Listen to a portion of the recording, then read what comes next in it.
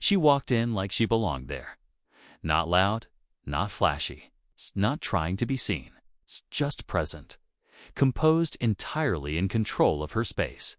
A tall black woman, dressed in soft neutrals. Clean lines, elegant posture. No handbag.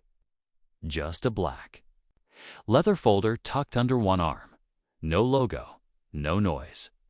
Just quiet confidence. To the untrained eye, she looked like a customer. To those trained in prejudice, she looked like a problem. The marble floors of Union Capital's flagship branch echoed beneath her heels. It was the kind of branch where the coffee was imported, and so was the arrogance. As she approached the front desk, the white male teller didn't even look up. He was in his mid-40s, gold wedding band, navy tie, slightly thinning hair. He tapped something on his keyboard, sighed loudly, and finally glanced up with disinterest. Yes, her voice was calm, soft. "I'm here to open a new account." He blinked. No smile.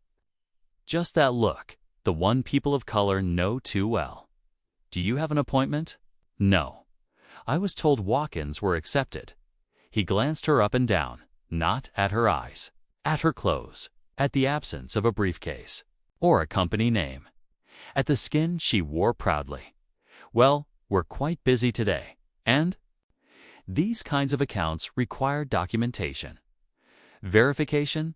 We can't just open anything without credentials." She nodded once, didn't flinch, reached into her folder, calmly slid over an envelope. Inside, proof of assets. More than sufficient. Clean, legitimate, current. He didn't open it. Just stared at her, then chuckled slightly. "I've seen this before," he mumbled. Then turned to a nearby colleague, lowered his voice, and said, "Probably another fraud case."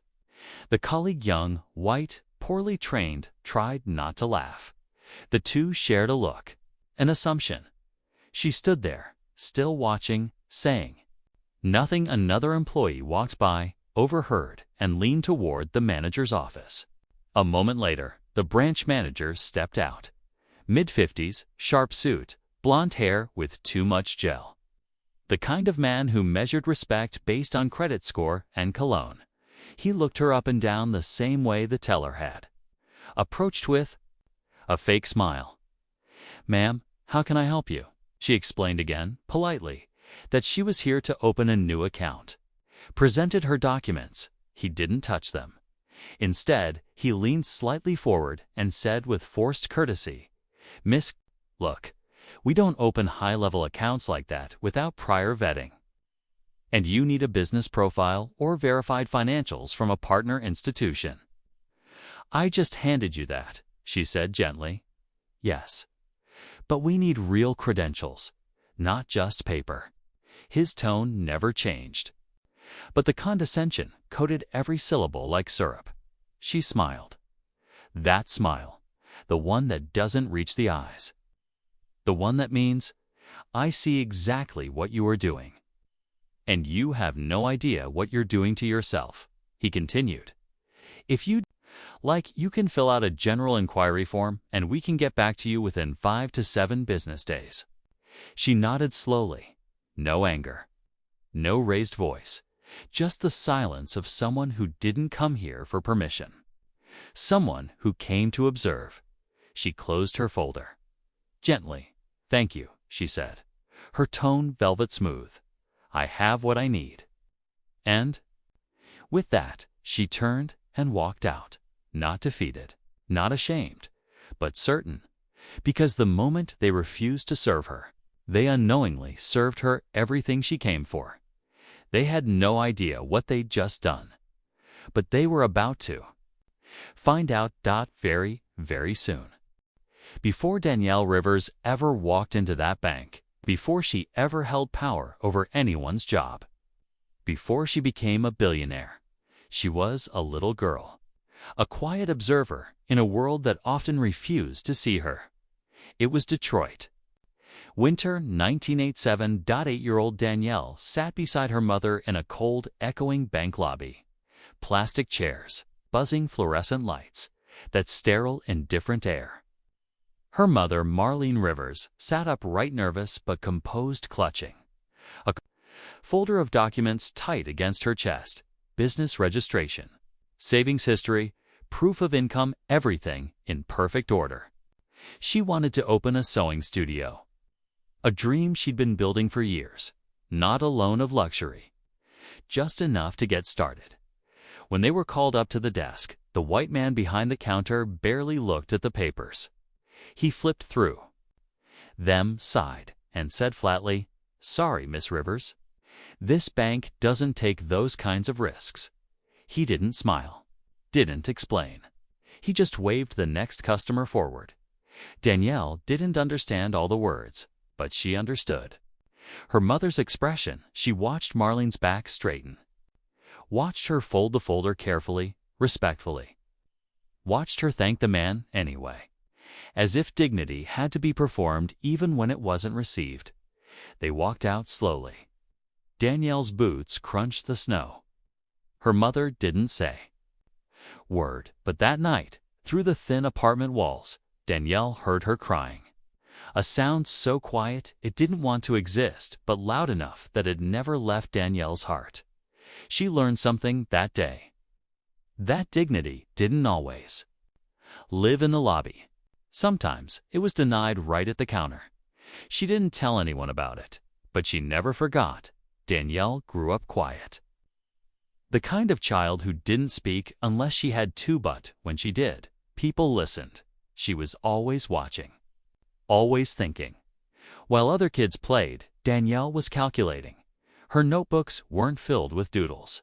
They were filled with numbers, interest rates, business models, saving strategies. By 13, she was helping neighbors file tax returns. By 15, she was studying how banks worked and, more importantly, how they didn't. She didn't dream of being rich. She planned to be powerful, not for ego, for protection, for change. At school, she didn't fit in. She wasn't loud. She wasn't cool. But one teacher saw her, Ms. Jackson, a tall, sharp math teacher who saw the fire behind Danielle's quiet eyes. One day after class, she pulled Danielle aside and said, "One day, they won't just let you in the room, Danielle. You'll own the building." Danielle nodded slowly, not because it was new, but because she had already decided it would be true. By 17, she'd earned a full scholarship to Wharton, graduated early, top of her class.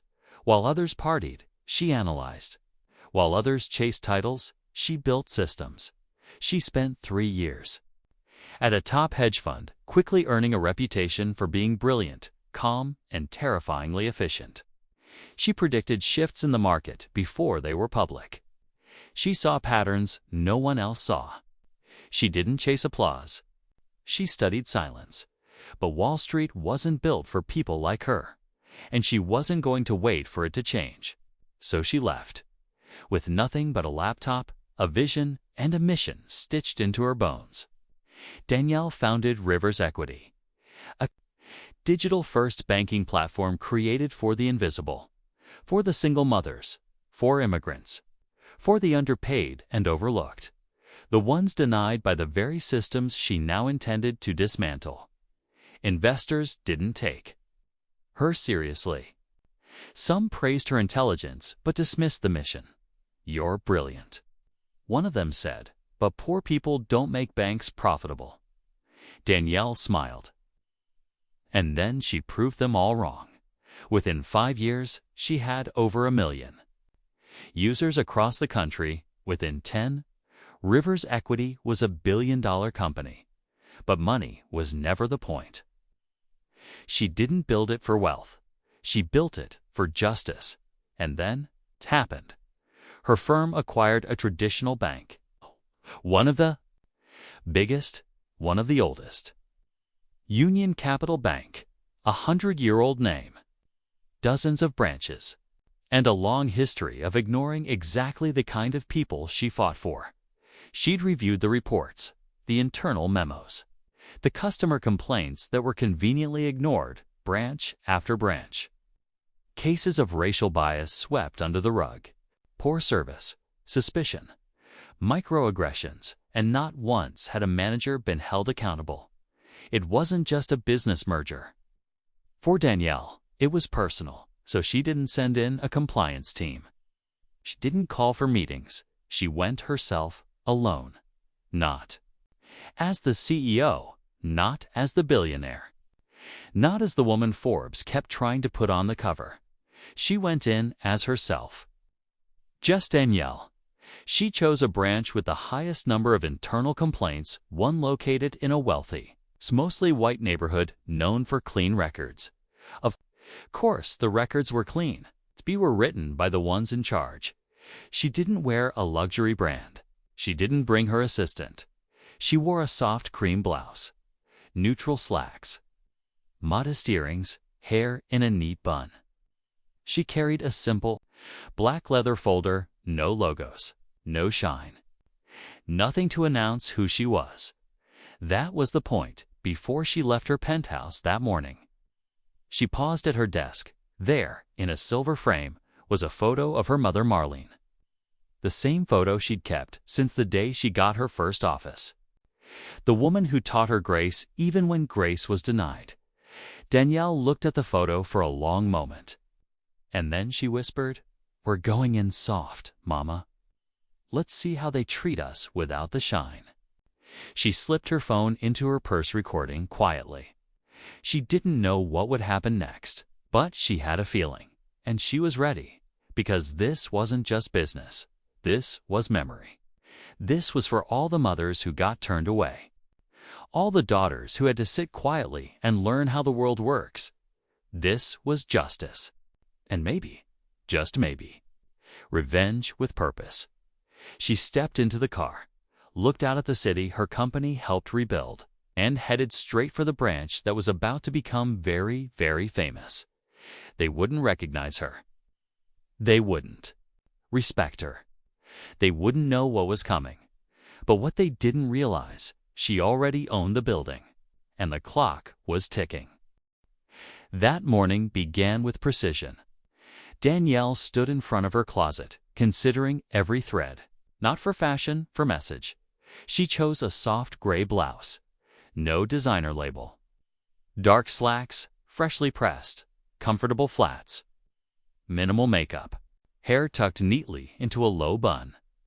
A small leather folder carried without effort, like a woman attending a simple appointment. She looked into the mirror not as a CEO, not as a billionaire, but as a woman returning to the place where the world first tried to shrink her. This wasn't about disguise. It was about revealing what people truly saw when they weren't looking for power. She stepped out of her penthouse. The guards didn't follow. Her driver wasn't alerted. No press team. No board of directors. Just Danielle. She entered the Union Capital branch like anyone else might. With quiet steps, a polite nod to the security guard. No demand for attention. No announcement of status, but within 10 seconds, she was invisible to them. She didn't register. A white couple that entered behind her was immediately greeted. "Good morning. How can we help you today?" The teller's smile stretched wide. Danielle stood quietly by the new account station. She waited, patient, poised. She watched as 3 more customers arrived, all white. All helped before her. The receptionist glanced her way once, then turned back to her computer. She stepped forward slightly. "Excuse me? I'm here to open A." "We'll be right with you," said a young man sharply, not even turning around. She stood back again. Time passed. 15 minutes, then 20, she counted. For white customers, 2 Latinos, 1 elderly black man who sat waiting just like her. No one approached him either. Behind the counter, a young teller leaned toward a coworker and whispered, "She must be lost." The other employee chuckled. Danielle made a mental note. She wasn't lost. She was watching. She took out her phone, opened the Notes app, wrote everything down, timestamps, behaviors, words, every sigh, every smirk, Every transaction she wasn't offered. Eventually, a middle-aged woman, stern, impatient, approached her. "Ma'am, do you need something?" "Yes," Danielle said gently. "I'd like to open an account." The woman looked her over. "Do you have a referral?" "No, but I brought financial documents." The woman didn't ask to see them. She simply said, "You'll need to submit those online. We don't process this level of inquiry at the branch." Danielle tilted her head slightly, even though others are being assisted. They had appointments. I didn't see them sign in. "They're regular clients. I'd like to become one." There was a pause, a flicker of hesitation, but then the woman said flatly, "We're done here." Danielle didn't raise her voice, didn't step forward. She simply asked, "Why are we done?" The woman's voice sharpened. "Because I don't appreciate the tone of this exchange." Danielle looked around. The white couple who had arrived after her was sipping complimentary coffee while signing forms. A young white man who had entered 10 minutes ago was getting walk through investment options. The elderly black man was still waiting, head down, hands folded, and her. She was being told to leave. At that moment, the branch manager came out. Same man from earlier. Sharp suit, gelled hair. That tone. He folded his arms and gave the practiced customer service smile. "Ma'am, is there an issue?" "I'm trying to open a new account," Danielle said calmly. He offered the same line as before, like it had been rehearsed. "We don't do those kinds of accounts here unless credentials are pre-verified. You're welcome to go online and apply." Danielle replied, "I have the documents right here." "I'm sure you do," he said, and his tone turned. "But this branch has procedures. We've already explained them to you. If you're looking to challenge our policies, this isn't the place." Danielle held his gaze. And then the final blow, "Ma'am, please leave. This isn't the place for this kind of confrontation." It was quiet in the room. The elderly man in the corner looked up. Young black woman near the ATM froze. A Latino. Father holding his toddler paused mid-dash withdrawal. Danielle smiled. That same small, knowing smile. Like a wave before a tsunami. "You're right," she said softly. "It's not." The manager blinked. "It's not the place for confrontation," she repeated. "It's the place for leadership." There was a long silence. She tucked her folder back under her arm. "I'll be back in 10 minutes." And with that, Danielle turned around, walked to the door, and stepped outside. She didn't look back. She didn't need to. They were already unraveling, and they didn't even know it yet. The doors closed behind her with a soft click. Danielle stepped out into the bright, crisp air, her expression unreadable. She walked calmly toward her car, a sleek black sedan waiting by the curb. Not a luxury stretch, not a Rolls-Royce, just quiet, efficient power. She opened the door herself, slid into the back seat, closed it with grace. Took a breath, no anger, just precision. Then she pulled out her phone. One call. No hesitation. Activate the compliance audit team. Branch 1187. Full executive authority. 10-minute arrival. A pause. And yes, bring the legal group and media. It's time. She ended the call and waited across the street inside the branch. The employees laughed quietly. Another teller mimicked her voice. Someone made a joke about people walking in thinking they run the place. They had no idea. 5 minutes later, things began to shift. The front desk received a direct alert from the Union Capital corporate office.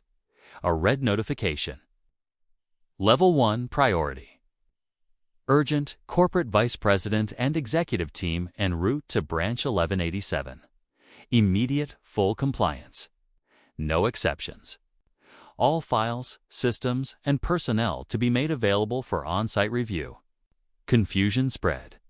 The manager stepped out of his office, scanning the room. Did someone call them? No one said anything. Is this a random inspection? The energy changed. Panic began to float. Then they saw it. A black SUV pulled. Up, then another.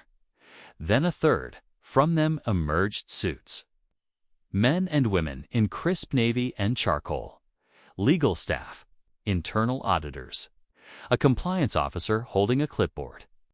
2 camera crew members with discreet badges. Internal documentation, Union Capital HQ. And in the middle, Danielle Rivers. Same outfit, same calm face. Only now, the entire weight of authority walked beside her. The receptionist blinked. The young teller who had mocked her stood frozen. The manager stepped forward, confused and sweating. Danielle didn't speak at first. She simply walked. Slow, steady steps through the middle of the branch, past the chairs where they ignored her. Past the counters where they whispered. Past the ATM where one employee said she must be lost. Now every head turned and every eye widened. Danielle stepped to the center of the lobby. She turned to face them and spoke. Clear, measured, final. My name is Danielle Rivers. She paused. As of last month, I own this institution. Silence. You could hear the ticking of the clock, the shuffle of a single nervous foot. The branch manager's mouth fell open, but no words came. Danielle continued. You all participated in an unannounced service audit this morning. You failed. Spectacularly. No one moved. This team behind me, she gestured with poise, is here to conduct a full compliance review, legal, procedural, and ethical. And as of this moment, this branch is no longer under your control. She turned directly to the manager. Effective immediately, this location is under internal investigation. You and your entire staff are being relieved of duty. The words landed like thunder. Final, echoing, the manager stammered. I didn't, this must be some. Danielle raised a hand gently. You don't need to explain. You already did. Every gesture, every word, every silence. An older woman behind the counter gasped. Please, please don't fire me. I wasn't part of it. I didn't say anything. Danielle turned to her. Her eyes calm but unflinching. I don't fire people for mistakes. A long pause. I fire people for systemic disrespect. A low, audible exhale moved through the room. She scanned the faces. Some pale, some flushed with shame. One man looked like he wanted to disappear into the floor. Danielle continued. You weren't just rude. You weren't just negligent. You upheld a culture that excludes, degrades, and dismisses those who don't walk in with your idea of power. She stepped slightly forward. But the thing is, I've been watching you for longer than you know, and I wasn't the only one. She gestured toward the cameras. Compliance officers, legal advisors, every decision you made this morning, you made in front of witnesses, and now you get to live with those choices. No yelling, no insults, no drama, just the truth, and the authority to deliver it. The same manager who asked her to leave now stood with no ground beneath him. The same teller who mocked her now couldn't meet her eyes. Danielle nodded to her team. Instructions were given. Compliance began to box up files. Employee badges were collected. Doors locked. Systems disabled. The bank branch was now under full review. Danielle turned, slowly, and walked back toward the door. She paused only once more. To the room, she said, this wasn't about opening an account. It was about accountability. Something you've never had to face. Until now. And then, she left. 10 minutes. That's all it took to turn the world upside down, because they thought she was just another customer. They thought they could treat her like less. They didn't know she was the one signing their paychecks. And now, she was signing their exit papers. They never thought it would end like this. One by one, the employees were let out of the branch. Badges surrendered. laptops turned in. Each name checked off by compliance auditors. The same manager who once sneered stood silent, stunned. The teller, who smirked, couldn't look up. Some begged, some ranted. But it didn't matter. Danielle didn't flinch. She wasn't there for vengeance. She was there for accountability. Outside, customers gathered. People who had once been ignored now watched justice unfold through the windows. Some pulled out phones.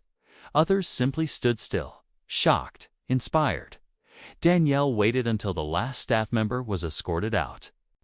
Then she stepped to the center of the lobby.com, still, and then she addressed the room, not as CEO, not even as owner, but as someone who knew what it felt like to be invisible. She looked around at the customers, young, old, white, black, brown. Some were silent. Some nodded, and then she spoke. "This bank," she said softly, "will become what it should have been, a safe, respectful place for everyone." She paused. "Let that land, no matter how you speak, what you wear, what your credit score says, you deserve dignity. Every single time you walk through these doors." One older black woman wiped her eyes. A young Latina mother smiled at her child. Even a white business owner nodded slowly with new understanding. Danielle continued. "For too long, branches like this one have operated on silent systems. Systems that serve some and ignore others. That ends today." She took a quiet breath. "This is not about revenge. It's about repair." Outside, a reporter arrived. Then another. And within minutes, the story broke. Billionaire CEO, secretly, tests bank branch. Fires entire team after mistreatment. Danielle Rivers exposes institutional bias and stunning. Executive reveal Union Capital faces corporate reckoning after equity scandal. Social media exploded. TikToks, tweets, LinkedIn think pieces. Everyone had something to say, but no one had the whole story. Some former employees tried to defend themselves online. One claimed she was aggressive. She came in looking for trouble. Another posted, "This is what happens when you push woke policies too far." But the internal footage told the truth. The whispers, the dismissiveness, the "she must be lost," the mocking, it was all documented. The internet was swift. But Danielle never responded directly. She didn't need to. The videos and the silence they exposed spoke louder than any tweet ever could. Instead of gloating, she got to work. She called a board meeting the next day. "I don't want this to be just a moment," she said. "I want it to be a model."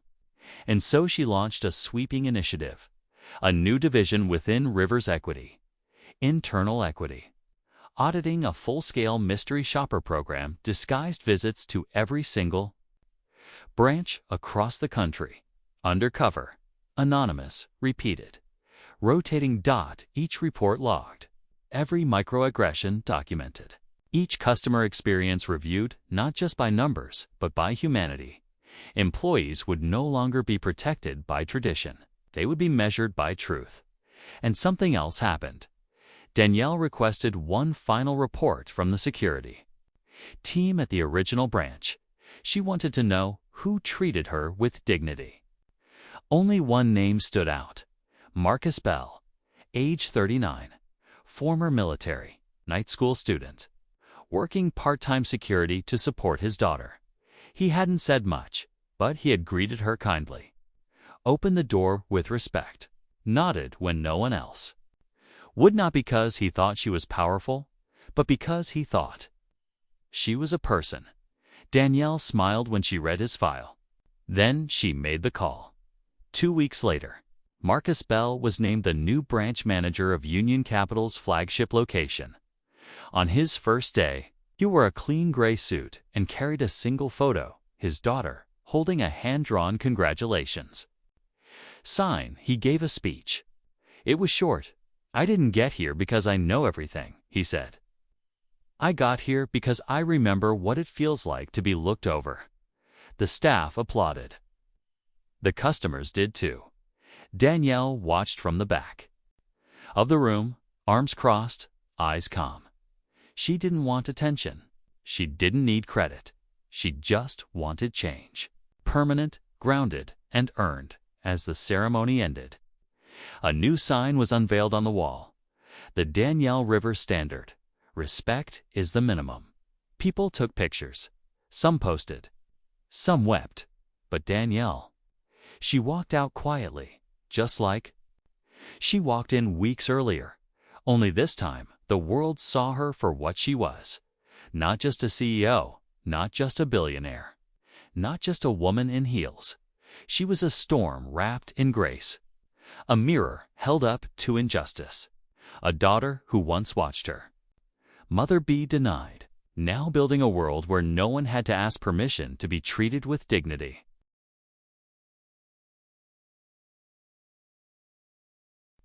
The city moved beneath her, glowing with streetlights, window reflections. The soft hum of life, high above it all, in a corner office that overlooked the skyline. Danielle Rivers sat alone. It was nearly midnight. The day had been long, heavy, transformative, and still she was calm. Her office was quiet. Clean lines, warm lighting, wood paneling that softened the steel and glass. No noise, no assistants. No chaos, just her. And one photo frame. It sat on the corner of her desk, silver-trimmed, slightly worn from years of being carried office to office. In it, her mother, Marlene Rivers, smiling in front of the sewing machine she never got to turn into a business. Danielle reached out and touched the edge of the frame. Her fingers lingered for a moment. Then she whispered, "We built this world, Mama. Now we get to own space in it." The words weren't angry. They weren't proud. They were ... reverent, because Danielle knew what it took to get here. The years of being overlooked. The rooms where her voice was ignored until someone else repeated it louder. The decisions made behind closed doors she wasn't supposed to enter, but she had entered and stayed. And then she had bought the building.